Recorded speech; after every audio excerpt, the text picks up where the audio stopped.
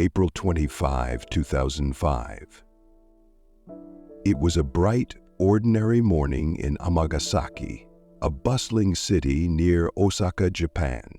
Commuters packed the trains, as they did every day, heading to work, to school, to errands, trusting the punctual, efficient rail system that was the pride of the nation. Among those trains was the 5418M service, a local commuter train operated by West Japan Railway Company, JR West. At its controls was a 23-year-old driver, relatively new, carrying hundreds of lives in his hands. The passengers read newspapers, checked phones, chatted quietly, none knowing that in a matter of minutes, their lives would change forever. The journey that began with routine would end in unimaginable tragedy.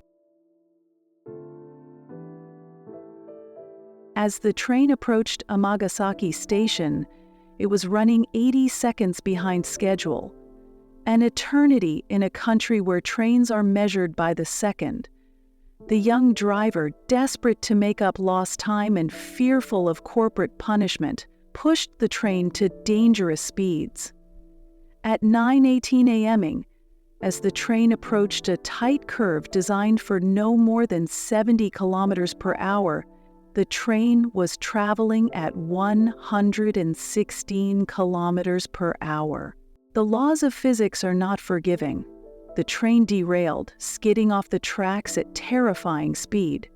2 of its 7 cars slammed into a nearby residential building, crushing steel, glass, and concrete into twisted wreckage. The force of the impact was so violent that the first 2 carriages telescoped into each other, folding like paper, trapping scores of passengers inside. Panic, screams, the terrible sound of lives being torn apart. In a matter of seconds, a quiet morning became a scene of horror. Rescue teams arrived to a site that defied belief. Carriages twisted beyond recognition, entire walls of the apartment building shattered, bodies pinned under tons of mangled steel. Firefighters, paramedics, and volunteers clawed through the wreckage for hours, listening desperately for signs of life. Some survivors were pulled out after hours, trapped in the crushing darkness. Others were not so lucky. The crash claimed 107 lives, including the train driver himself. 562 others were injured, many suffering devastating physical and emotional wounds that would last a lifetime. Families waited at hospitals, desperate for news. Entire communities mourned.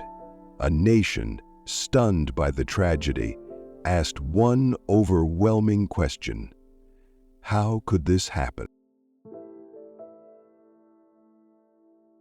In the weeks and months that followed, investigators uncovered a chilling truth.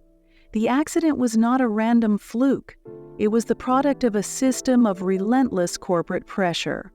At JR West, punctuality was king. Drivers were subjected to humiliating punishments for delays, training programs designed to shame them into absolute obedience. The young driver that day had previously been penalized for a minor mistake. Fearful of further disgrace, he had chosen speed over caution. It was not simply human error, it was a system that valued schedules over safety, image over human life. In the end, JR West executives faced legal consequences. Safety procedures were reformed, but for many, it was too late. Today, a memorial stands at the site of the crash, a quiet tribute to those who never made it home that morning. Families of the victims still visit, still remember. For them, the pain has not faded. The memories remain vivid, the unanswered phone calls, the empty chairs at dinner tables, the futures stolen in an instant. The Amagasaki Rail Crash remains one of the worst rail disasters in Japanese history. A searing reminder that even the most trusted systems are only as strong as the values that drive them, and that when speed is valued above life, tragedy is never far behind.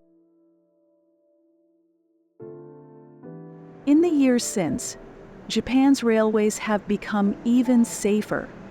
New protocols, better driver support, smarter infrastructure, all built on the blood and sorrow of that April morning. But no amount of reform can erase what was lost.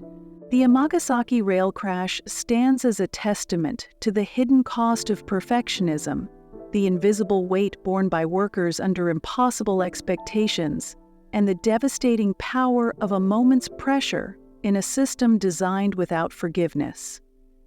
It teaches a lesson that must never be forgotten. Human lives are not disposable, and no arrival time is worth a single soul.